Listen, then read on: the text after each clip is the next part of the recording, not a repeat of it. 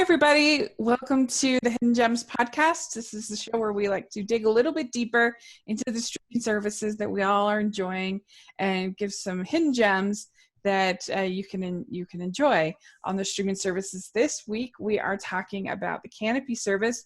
This is the second time that we will talk about the Kanopy service, and really excited to do so. And I'm film critic Rachel Wagner, and Ryan is here. Hey, Rachel, so great to be with you once again, and we're going to be talking about Kanopy today.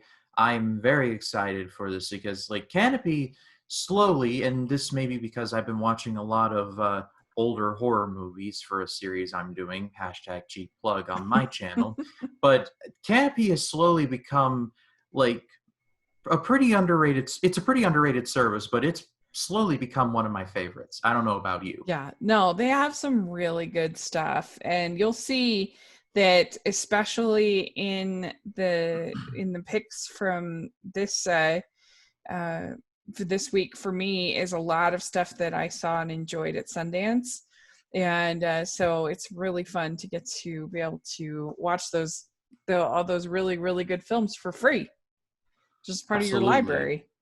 Absolutely. And like you said, all you need is a library card, and you just have access to early cinema and world cinema and documentaries that you wouldn't normally find, but there they are anyway. And Mm-hmm. I was able to watch A Trip to the Moon, one of the first movies ever made from director George Méliès. Mm. Man, it was one of those movies that it just, I would love to have been a fly on the wall in 1915 just to see people be like, oh, what is that? And Mm-hmm. run and hide and all of that. Yeah, and I've actually never seen that, so It's I only 15 minutes long, but it's still, it's a crazy movie to think about, 100+ years after the fact, 105 actually. I know that Scorsese was heavily influenced by it for Hugo I in can that one. definitely see that. Hmm. So very cool. Well, let's dive in and give our suggestions.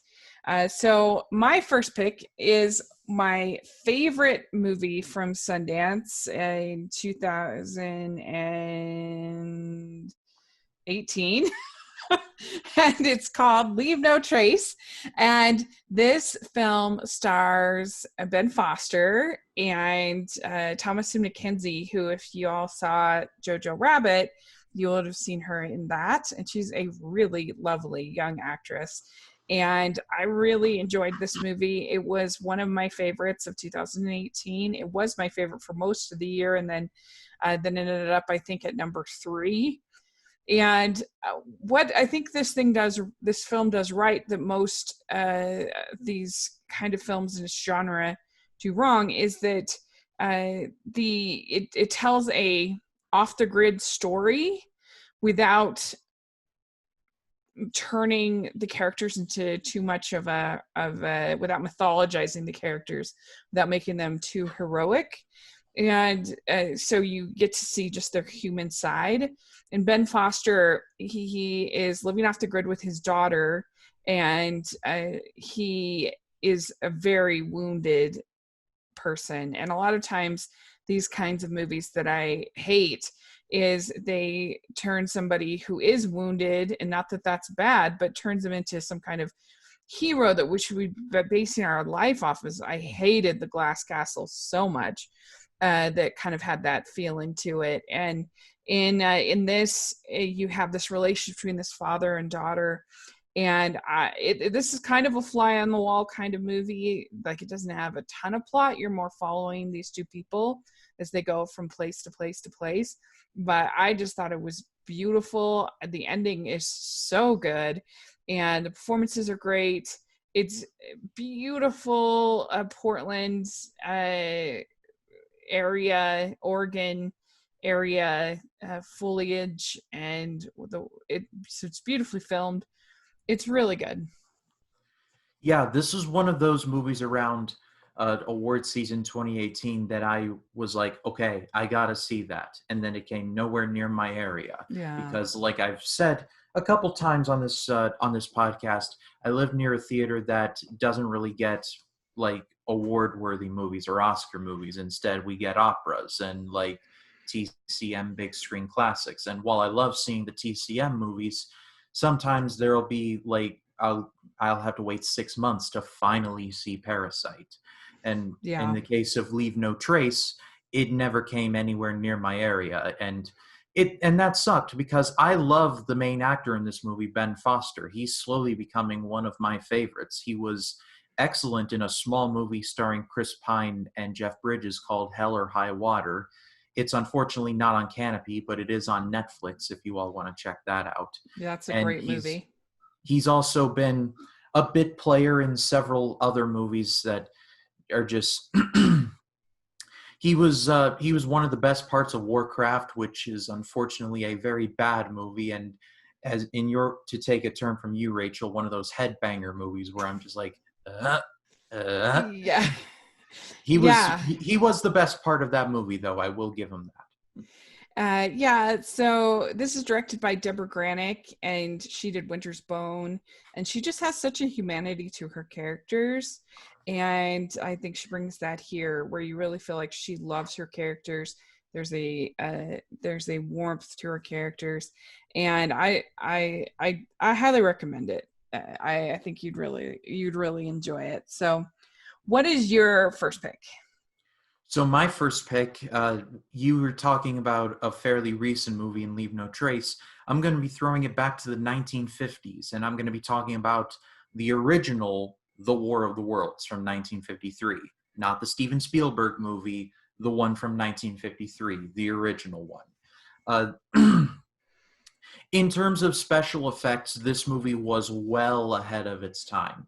For 1953, the effects, like in terms of what the ships look like and the aliens and just how they look, still holds up incredibly well to this day. The 1950s were a time where alien invasion movies were becoming the norm because of the atomic age, and we got movies like the original Godzilla and The Beast from 20,000 Fathoms and Earth versus the Flying Saucers, and just so many like alien invasion movies that they became B movies at a certain point. But fortunately, War of the Worlds is not a B movie. It's actually quite excellent. This is based on the novel by H.G. Wells, who also wrote the book The Invisible Man, which is a great movie in its own right from 1933. And long before Star Wars created just jaw-dropping special effects, 1953's War of the Worlds was already there doing it. Just on a spectacle level alone, the original War of the Worlds is definitely worth a watch. Yeah, you know what's so funny is that I actually was just on a podcast to talk about this film. That's why I had to watch it on your Canopy. That I was on a podcast from my friend Jonathan. He has Every Version Ever, it's called. And me and my friend Conrado were both on his show to talk about this film because it is a Criterion release. It's not on the Criterion channel right now, but we have the Criterion Project that we talk about once a month. Mm-hmm. And so we went on my friend Jonathan's show to talk about this movie. And one of the things I liked the most about this movie, I really enjoyed it, but I liked how succinct it is. I mean, most of the times in these kind of sci-fi movies nowadays, they're so bloated. And, they're over 2 hours, and it's just becomes kind of exhausting at a certain point. But I loved the fact that this was like 85 minutes. It just clips along. So it was, it was so refreshing in that regard.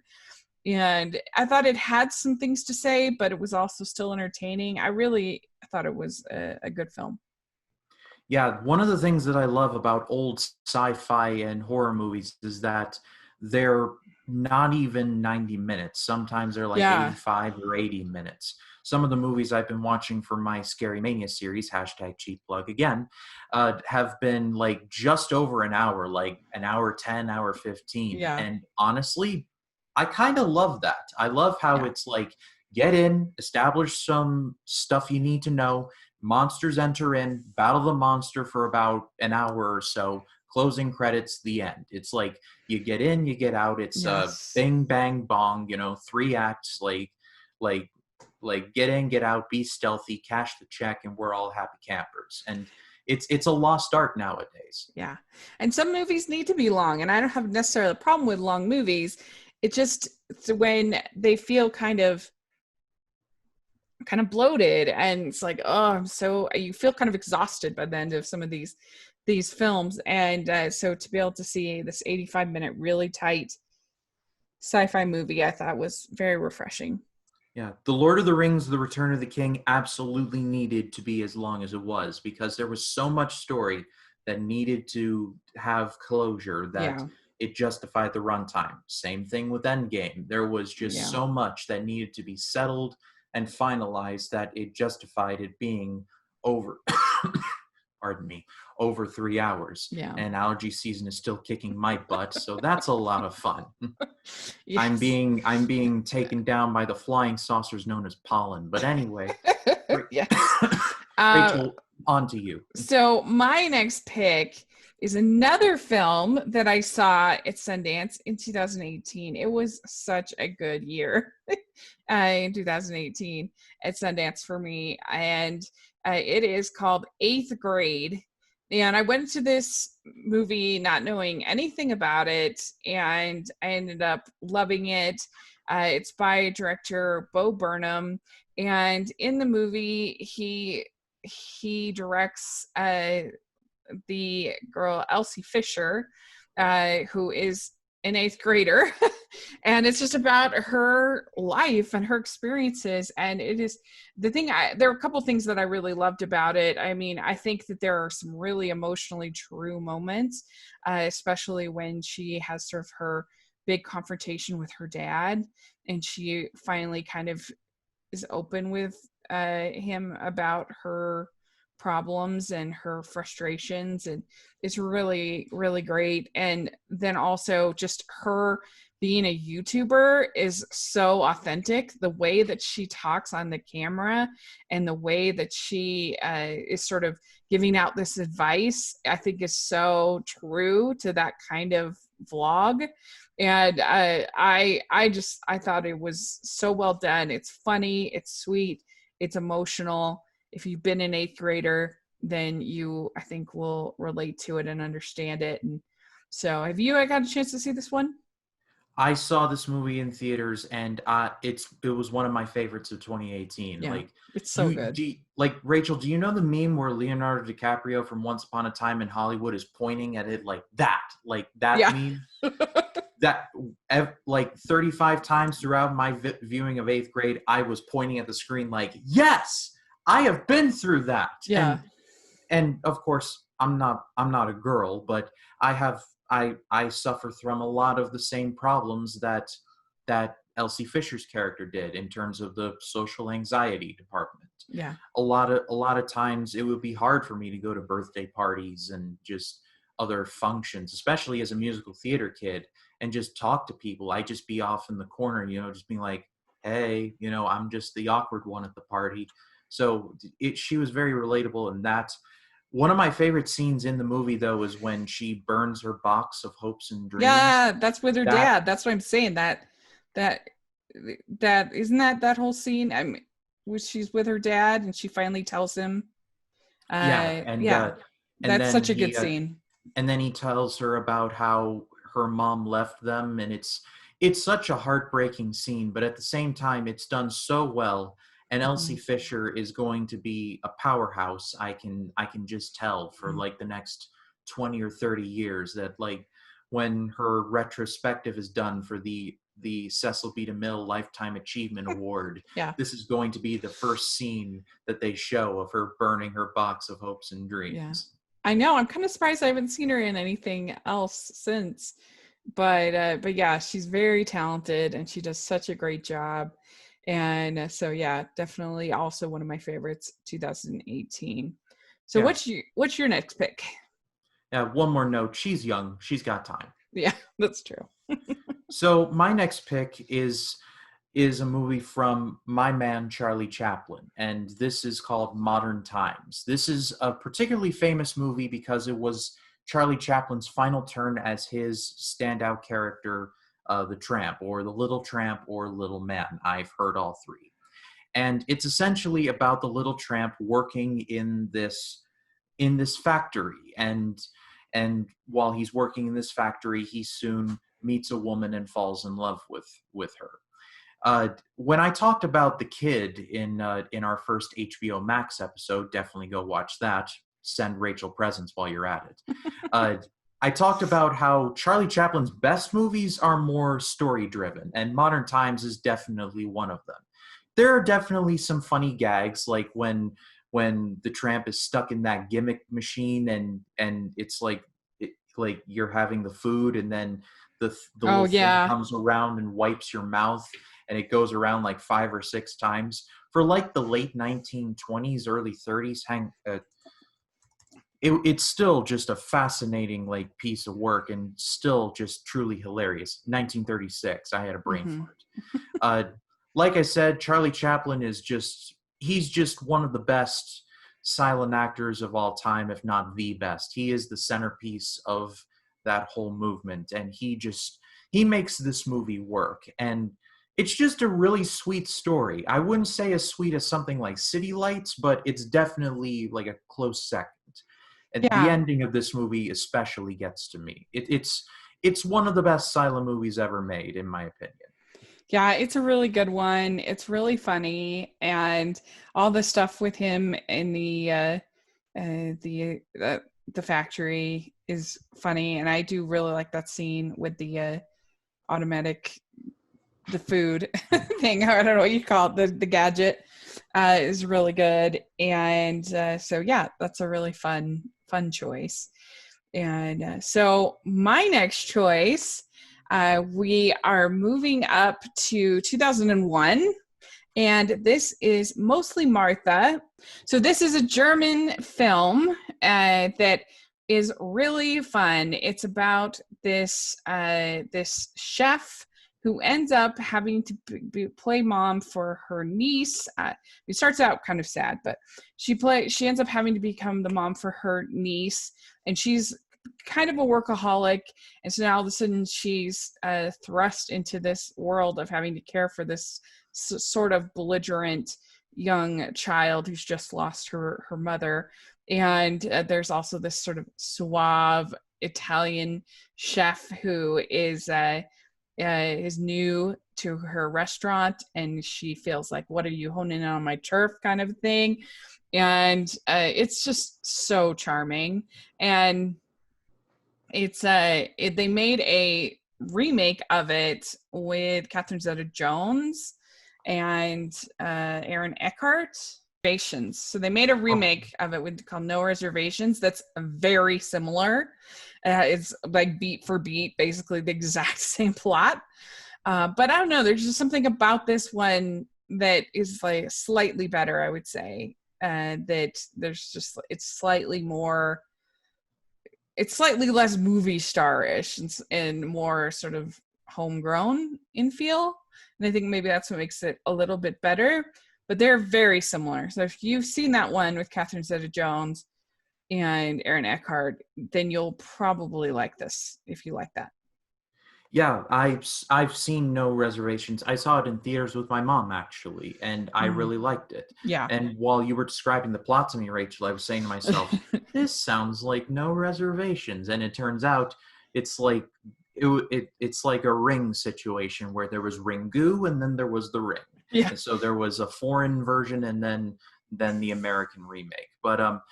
But yeah, I remember distinctly the trailer for No Reservations. Catherine Zeta-Jones comes out with this massive steak because this guy said, "I wanted my steak rare," and she Yeah. slams the beef on the table and she's like, "Rare enough for you?"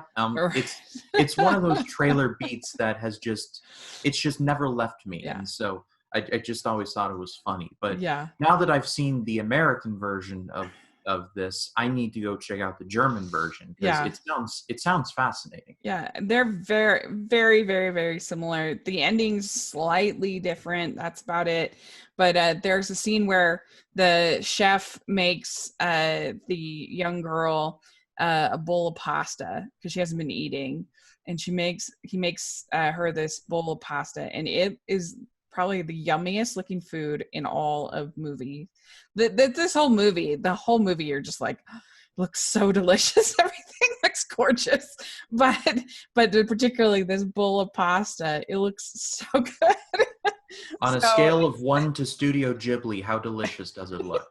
it's like a 10. I mean, this food looks so good in this movie, and especially that pasta. Yeah, it's anime worthy for there. And it's just, this is a sweet movie about family and about grief and life and work, and how much do we, how, like, when is it good to be driven and when is it good to, to when is it overtaking our lives, and all those kinds of things are sort of brought up. It's a really sweet movie.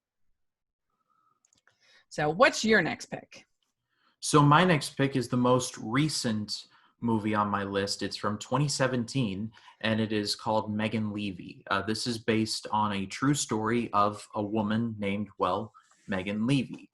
She starts out in the army, and she really doesn't do all that well. She gets into a lot of trouble, but then she is transferred to the K9 unit, and she is forced to bond with this dog. And it starts off rough at first, but then they soon become really close friends. And I can't remember how many missions they went on. It was a lot, but they went on a lot of missions together. But when both get injured in an IED blast, they both get separated.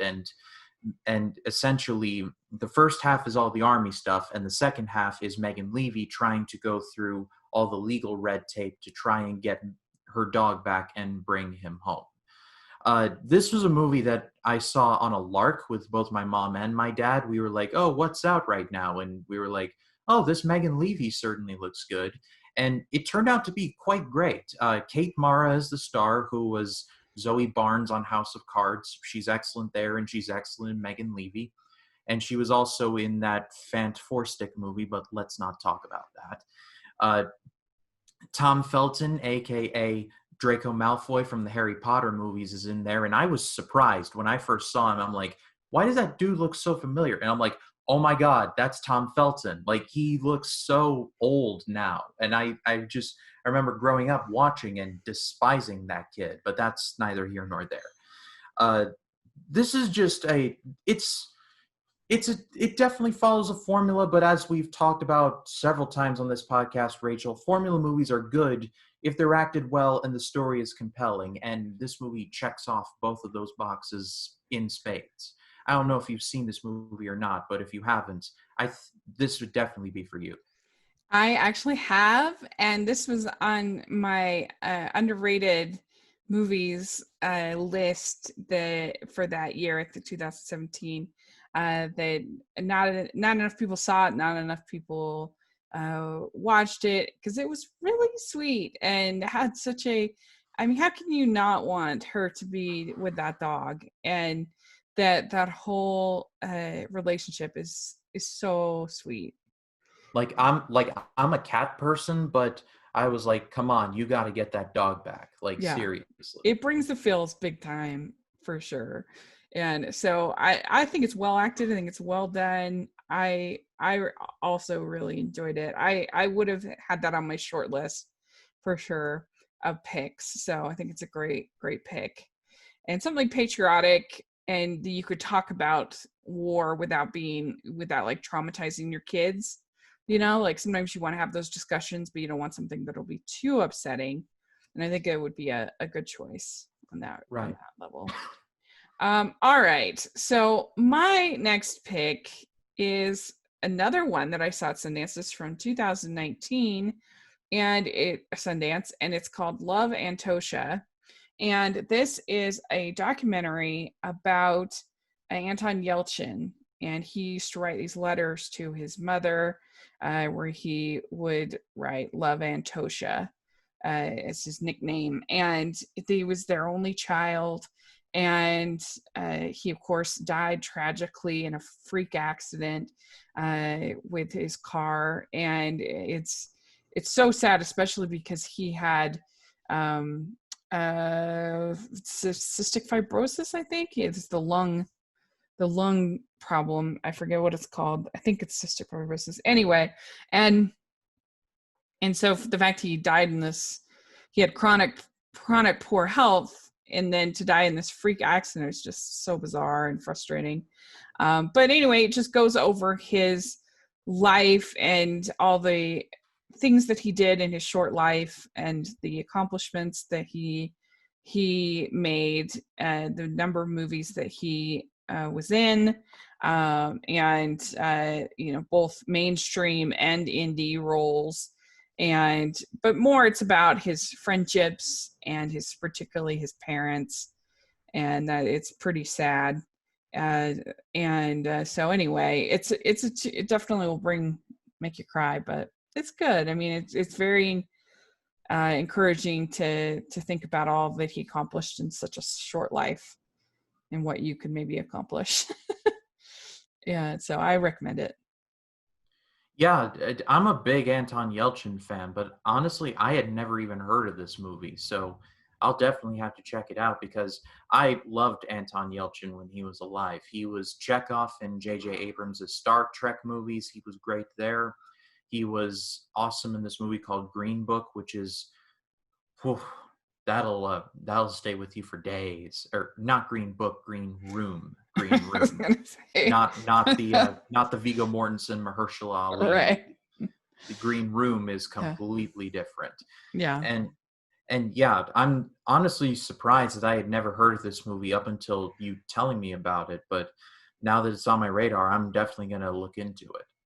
And it is rated R. There's some profanity and some, like, you see some things like that. So if people are, it's not for kids or anything, but it's definitely worth a watch. So what's your next pick?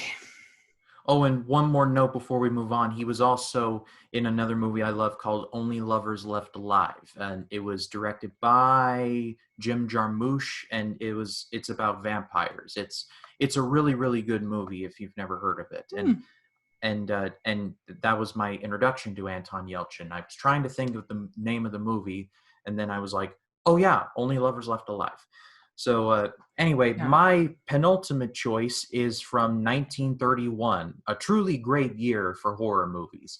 We got Dracula, we got Frankenstein from Universal, but we got one more horror movie from director James Whale and starring Boris Karloff. It's called The Old Dark House. And actually, I tell a lie, it was from 1932. It was the year after, but even still, great year for horror movies. Yeah. The Old Dark House tells the story of five travelers who are caught in a massive rainstorm, and they see a house and they're like, "Oh, let's stay there." And so they ask if they can stay the night, and so they do. But it turns out the family is kind of bonkers, and so the whole movie is just a game of mental chess between the travelers and the family that lives there. The highlight of the movie is Boris Karloff, who is of course a legend. He was Frankenstein's monster. He was the Mummy in 1931's The Mummy. He's unfortunately only known for those two roles, but here he does play into the typecast of being like the mute brute who only communicates through like.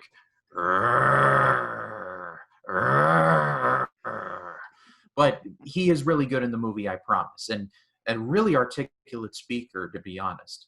And like I said, this movie was directed by James Whale, who was like the Lee Winnell or the Fede Alvarez of his day. Like he was the top man in directing horror movies. He directed Frankenstein, he directed Bride of Frankenstein, he directed The Mummy. Of course, he directed The Old Dark House, and he also directed The Invisible Man from 1933, which is still just spectacular to this day. This is just a creepy movie. Like, this family is just, they're a few fries short of a Happy Meal. Like, they're not the type of family you don't go out of your way to visit. they're fascinated with potatoes. They're like, you want some tatties? You want some tatties? I'm like, no, I don't want your potatoes. Get away from me. And what's also impressive about this movie is that there's no score. It's all wind and rain. That may be distracting for some, but it just adds to just Huh. the horrible situation that these people are in. So my final note is that The Old Dark House is one of those horror movies from the golden age of horror movies that nobody talks about, and I think everybody should. I'm so glad you recommended it because I have never heard of it. I never heard. And I feel like most classics around that age I've at least heard of, even if I haven't seen it. But this was totally new to me. So it sounds really interesting. So I'll definitely have to Especially check it from out. James Whale, who was one of the goats. Yeah. Very interesting. So I'm excited to see it. So thank you for recommending it to me. Excuse me. All Oh, right. you've got my coughs. I'm Yeah. sorry. Well, so my movie could maybe be seen as a more comedic, modern version of what you're talking about a little bit.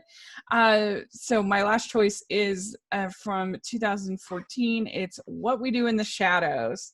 And if you're a fan of Taika Waititi for Thor Ragnarok or for Jojo Rabbit, if you've gotten into him the last year or so for The Mandalorian, all of that, if you love that, then you are doing a disservice to not watch What We Do in the Shadows. This is a mockumentary, and I know when I first heard that, I was like, oh, I'm so sick of mockumentaries. I know. but trust me on this, that this is really funny and really worth watching. It's a mockumentary about these vampires, and particularly by Taika Waititi and by Jermaine Clement.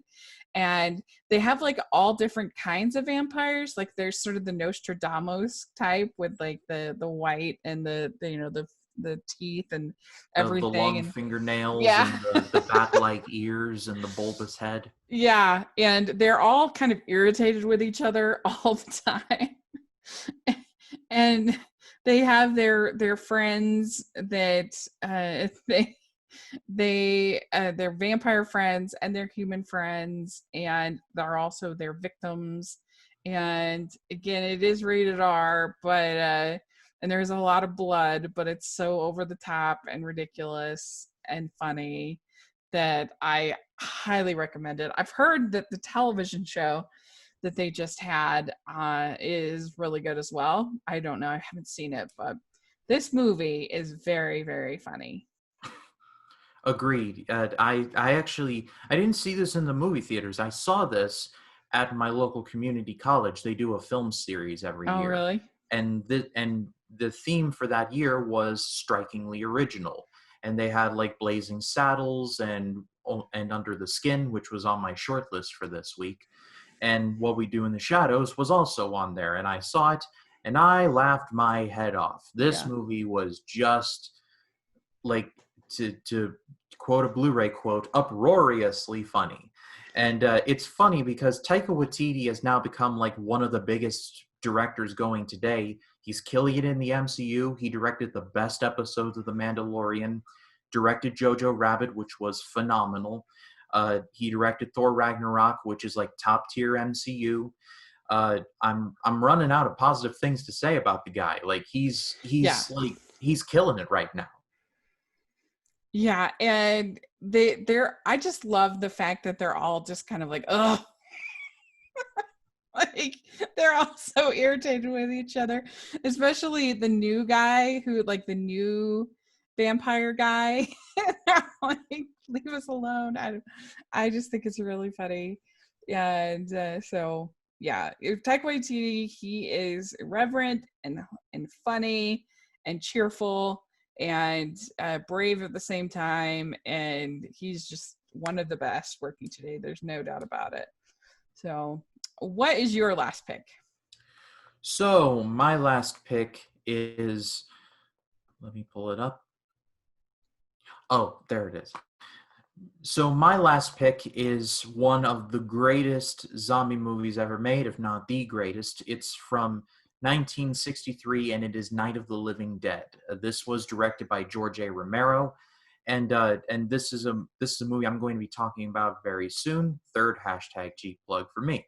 But when I saw it on Kanopy, I was like, okay, I got to talk about it because more people have got to know about this movie because it is a classic. It's one of the greatest horror movies ever made, but I don't think it's talked about all that much, at least at least not among certain circles, and I Mm-hmm. think it should, because this movie was like one of the first independent horror movies ever made. It was made on a budget of just north of $100,000. I think it's like 113 or 14,000, but it turned out to just make like 75 or 100 times in profit. So it was very popular for the time. And this story has been told before. It's about a group of people who are in one place trying to fight off the living dead. Like it's been done before, like from Night of the Living Dead all the way up to like The Walking Dead TV series going on right now. But Night of the Living Dead did it first, and I would argue it was done the best. Uh, pardon me. This is just this movie feels very raw and very in your face, mostly because there was a lot of handycam done in there, and you really focus on the hands reaching out trying to get you, and just the zombies trying to get through the door. Like in another time that would have been done like using CGI, but they didn't have that luxury. They had to use ham entrails and pig entrails and blood that was made of chocolate syrup, and et cetera, et cetera.